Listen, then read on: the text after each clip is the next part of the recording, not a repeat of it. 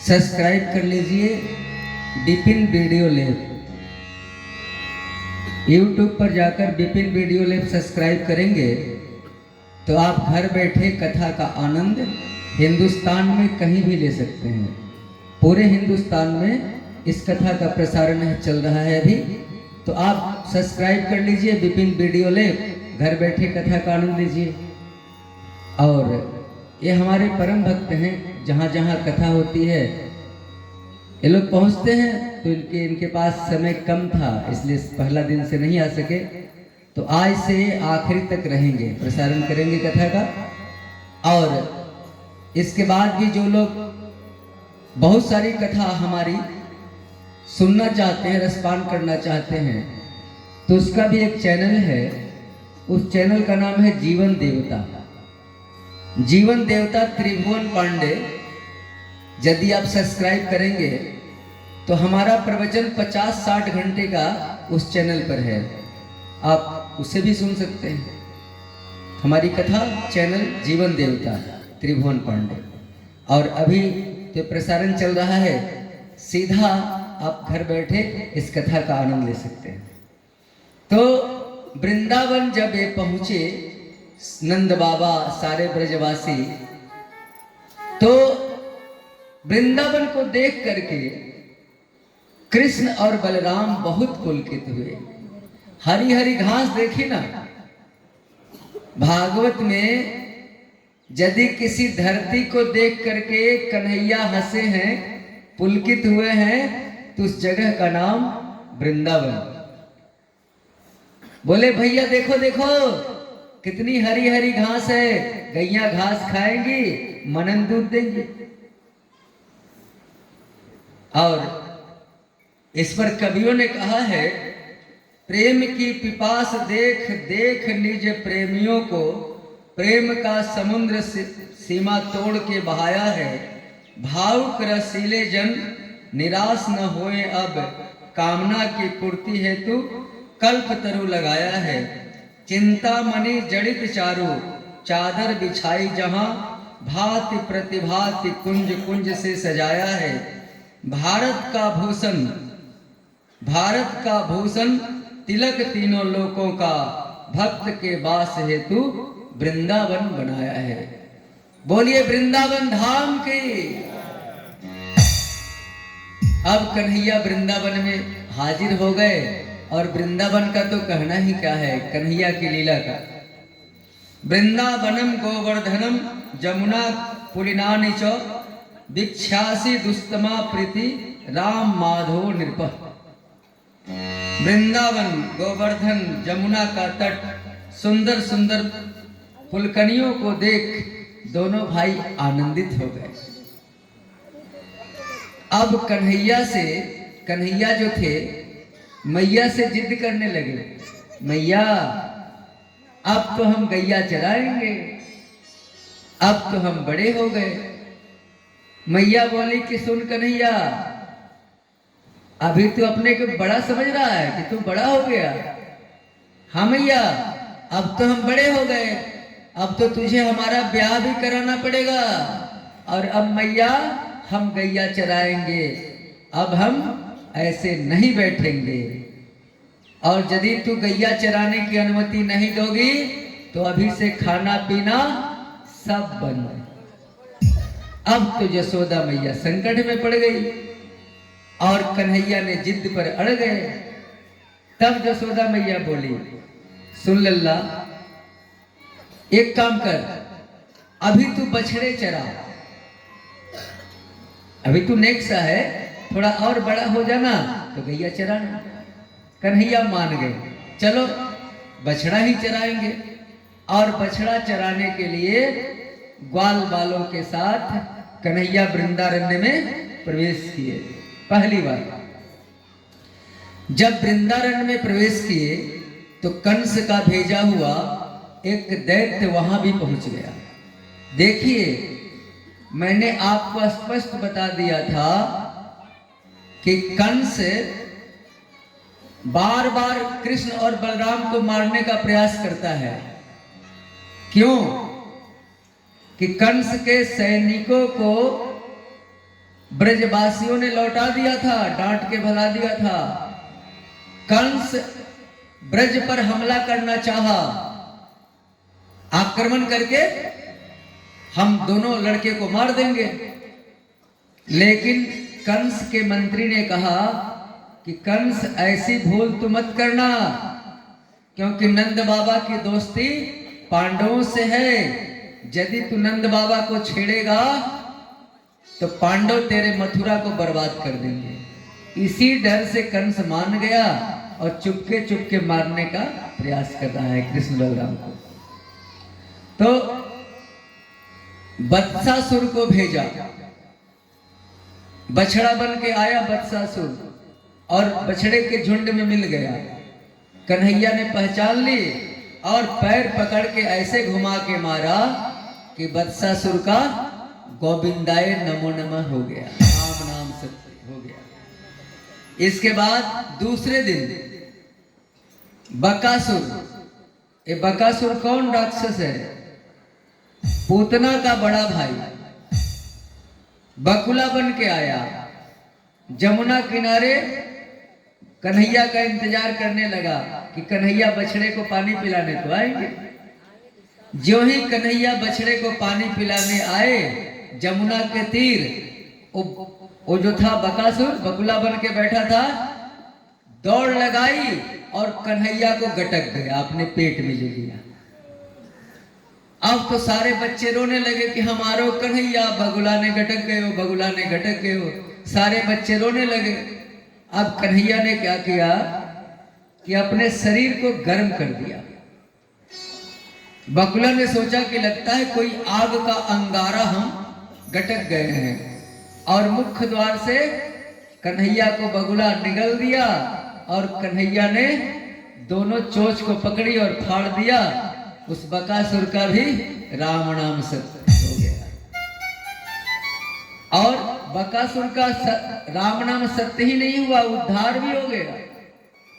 परीक्षित बोले बाबा, ये बकासुर का भी उद्धार हो गया जो भगवान को निगल गया था मारने के लिए, बचाने के लिए। सुखदेव बाबा बोले कि परीक्षित, जो भगवान को बाहर भेजता है उसका भगवान उद्धार कर देते हैं, तो भगवान को अपने पेट में ही लेके चला गया था, तो इसका उद्धार नहीं होगा तो किसका उद्धार होगा?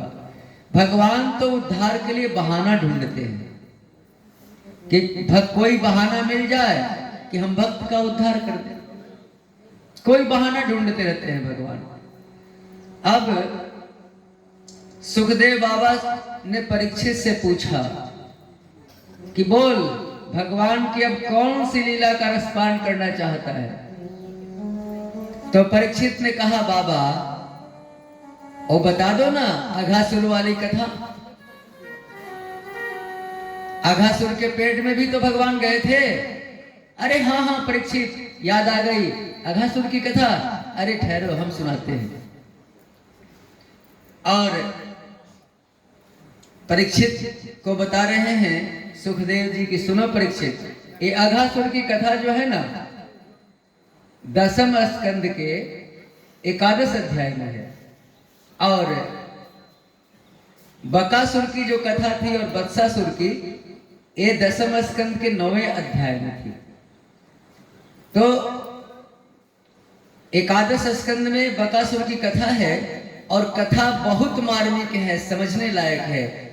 कन्हैया बछड़ा चराने के लिए निकल रहे थे, तो पहले आप लोगों को भी याद होगा कि जब गाय बछड़े चराने लोग जाते थे ना, तो घर से उनको कलेवा मिलता था, गमछा में बांध के ले जाते थे। रोटी हो, सत्तू हो, कुछ भी हो, और चरवाहे एक जगह इकट्ठा हो जाते थे और पानी की व्यवस्था करके सब लोग मिल बैठ के भोजन करता था। तो सारे ग्वाले के बच्चे गमछा में कलेवा ले गए हैं बांध के। भगवान एक वृक्ष के नीचे रुक गए और बोले, बच्चों आज हम लोग चोरी चोरी खेलेंगे। चोरी चोरी? हाँ बच्चों। तो हाँ, एक आंख बंद करेगा, बाकी छुपेगा। चोरी चोरी की खेला तो ही होती है। तो ऐसा करो, सब अपना कलेवा इस वृक्ष में बांध दो, गमछा जो है सब अपना कलेवा वृक्ष में बांध दो, आराम से खेलेंगे बिना टेंशन के। तो सबने क्या किया कि अपना कलेवा बांध दिया, लाठी डंडा सब एक जगह रख दिया, और गैया बछड़े चल रहे हैं। बच्चों ने कहा कन्हैया पहले तू आंख बंद कर, हम लोग छुपेंगे। कन्हैया बोले ठीक है, जब हमारी बारी है तो पहले हम ही आंख बंद करते हैं, तुम लोग छुपो। कन्हैया ने आंख बंद की, सारे बच्चे छुपने के लिए भागे। एक अघासुर था, अघ का अर्थ होता है पाप, और पाप का जो बाप हो उसी का नाम अघासुर। एक अघासुर था, वो अजगर बन के प्राणायाम चढ़ा के श्वास को रोक करके अब मुख फाड़ के एक जगह रुक गया। बच्चों ने समझा कि एक गुफा है, उसके मुख को गुफा समझ लिया, क्योंकि विशाल अजगर का रूप बनाया था और बड़ा मुख फाड़ करके एकदम अस्थिर बैठा हुआ था। सारे बच्चे सोचे कि चलो इसी में छुप जाते हैं, कन्हैया क्या खोज पाएगा। जब बच्चे भीतर जाने लगे तो एक बच्चे ने कहा, अरे मनसुखा मधुमंगल, एक गुफा के नीचे मलमल कौन बिछा रखा है। जीभ पर जब पैर पड़ी तो बच्चों ने समझा मलमल है, ये मलमल कौन बिछा रखा है। तो दूसरे बच्चों ने उसका उत्तर दिया, अरे तू नहीं जानता, वृंदावन में भैया साधु की बड़ी ठाठ है। अंदर साधु गुफा में ध्यान कर रहे हैं, अपने जाने के लिए नीचे मलमल बिछा रखी है, मलमल। लेकिन जो बड़े बड़े दांत थे अघासुर के, तो एक बच्चे ने कहा, अरे भैया ये खूंटी क्यों गाड़ रखी है महात्मा, गुफा के बाहर महात्मा एक खूंटी क्यों गाड़ रखी है।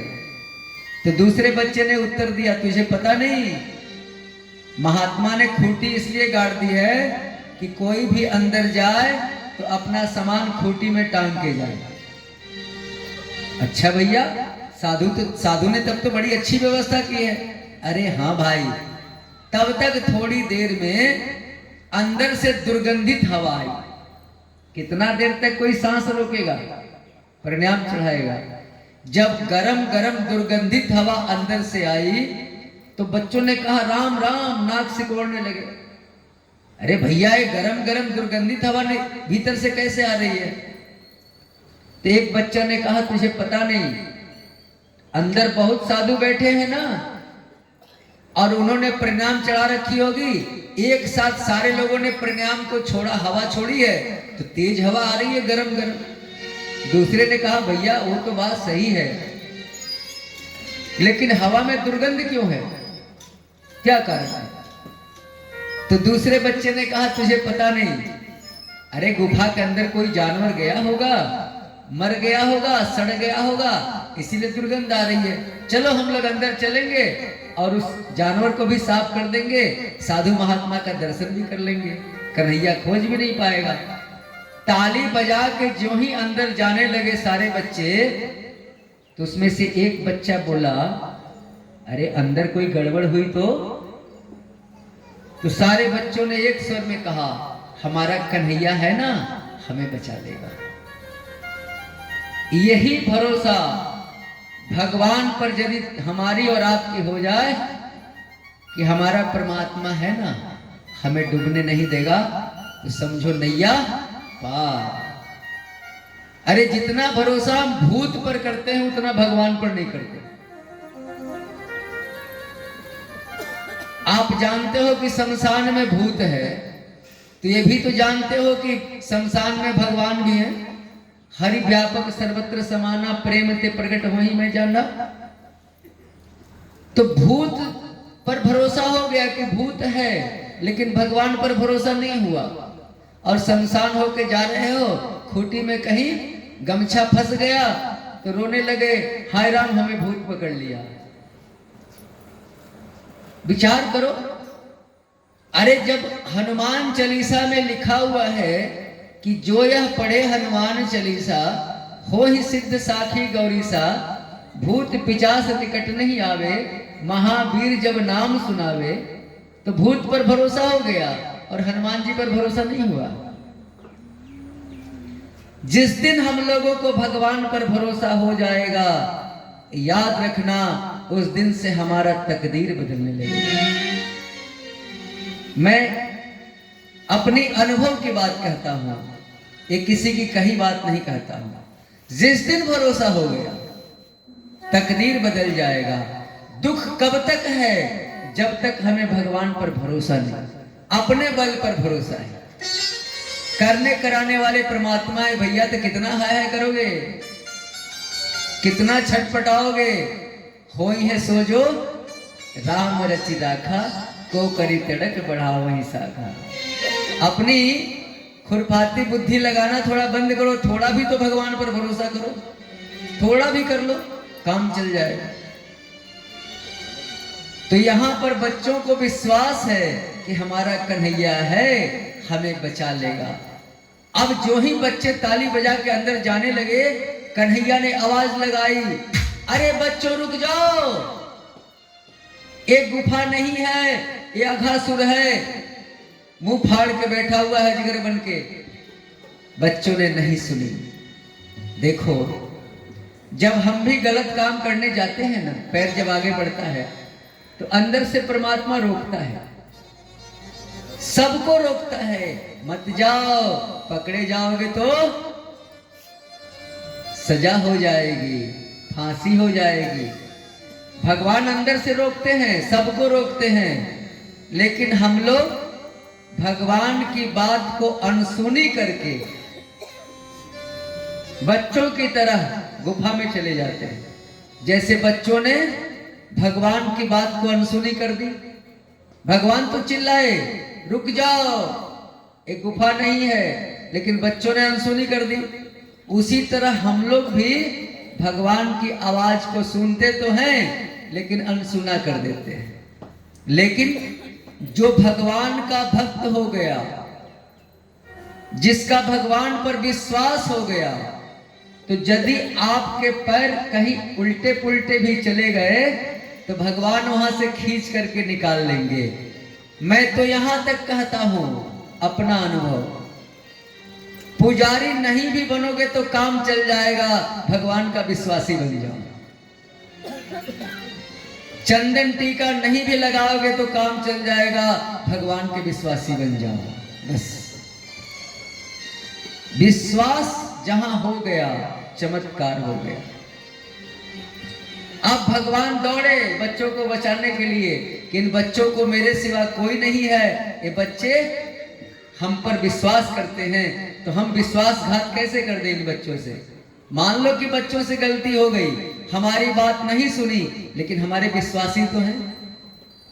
भगवान ने दौड़ लगाई बचाने के लिए, और जो ही अघासुर के मुख में भगवान गए, अघासुर ने मुख बंद कर लिया। अब भगवान भी अघासुर के पेट में। अब भगवान ने क्या किया कि अघासुर के श्वास छिद्र में बैठ गए, हवा को ही रोक दिया कि तुम श्वास कैसे लोगे, जिंदा कैसे रहोगे। अब अघासुर का मस्तक फटा, और उसी रास्ते के सहारे सारे बच्चों को लेकर के बाहर आए। सारे बच्चे मरनासन हो गए थे। सुखदेव बाबा कहते हैं इतना जहरीला था वो अघासुर कि बच्चे बेहोश अवस्था में थे। भगवान ने अपनी दृष्टि से अमृत की वर्षा की और सब बच्चों को स्वस्थ किया। जब बच्चे स्वस्थ हो गए तो भगवान ने कहा, बच्चों चलो अब हम लोग भोजन करेंगे, क्योंकि भोजन तो समूचा गाछ में बंधा हुआ है, पोटली गमछा। अब सारे गमछा को सारे बच्चों ने खोला और जमुना के तट पर पहुंच गए। ये है गोपों का रास। गोप और गोपी का रास जो होगा महारास, वो प्रातःकालीन कथा में आएगी। आज संध्याकालीन कथा में आप गोपों के रास का आनंद लें। ये गोपों का रास है। गोपों के साथ भी, बच्चों के साथ भी भगवान ने रास रचाई। तो भगवान समूचे बच्चों को लेकर चले गए कि न जमुना के तट पर, और वहां पर भगवान बैठ गए। भगवान कैसे बैठे? तो अपनी गमछा थी कमर में बांध लिया, एक तरफ श्रृंगी खोस ली, एक तरफ बंसी खोस ली, और बगल में अपनी लकुटिया रख दी। श्रृंगी सिंह की बनी होती है। पहले ग्वाले लोग रखते थे, अब ग्वाले नहीं रखते हैं। गाय को बुलाने के लिए श्रृंगी बजाते थे, और जब श्रृंगी बजाते थे तो गाय समझ जाती थी कि हमारा मालिक हमें बुला रहा है, और सारी गौएं आ जाती थी बिना बुलाए। तो भगवान भी श्रृंगी रखे हुए हैं, बीच में भगवान बैठ गए और एक गोलाई में सारे बच्चे बैठे, नहीं अटे। दूसरी गोलाई हुई, नहीं अटे। तीसरी गोलाई हुई, चौथी गोलाई हुई, यानी 7 गोलाई मान लो। एक बड़ा सा गोल चक्र बन गया और बीच में कन्हैया। अब सारे बच्चे कन्हैया को कह रहे हैं, कन्हैया मेरी ओर देख। उधर से कोई गमछा खींच रहा है, मेरी ओर देख। उधर से कोई कुर्ता खींच रहा है, मेरी ओर देख। उधर से कोई बाल खींच रहा है, मेरी ओर देख। अब तो मेरी ओर देख, मेरी ओर देख। तो कन्हैया तो चक्कर में पड़ गए कि इतने लोगों के सामने हम कैसे देखें एकाएक। कन्हैया ने एक लीला रची, जितने बच्चे थे उतने कन्हैया बन गए।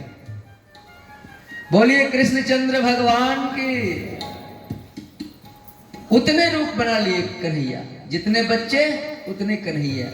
सब बच्चा यही समझ रहा है कि कृष्ण मेरे सामने बैठा है। और तब भगवान बोले, बच्चों निकालो कलेवा, निकालो अपनी अपनी। अब हम लोग भूख लगी है भैया, कलेवा निकालो, खाएंगे। इसके बाद तब बछड़े को चरा उरा के अपने घर को जाएंगे। तो चलिए, भगवान कलेवा मांगे हैं, सारे बच्चे अपनी पोटली खोल रहे हैं खाने के लिए, और हम लोग ताली बजा के एक छोटा सा कृष्ण के भजन का आनंद ले लें, फिर कथा में आगे चलते हैं। हरिओम।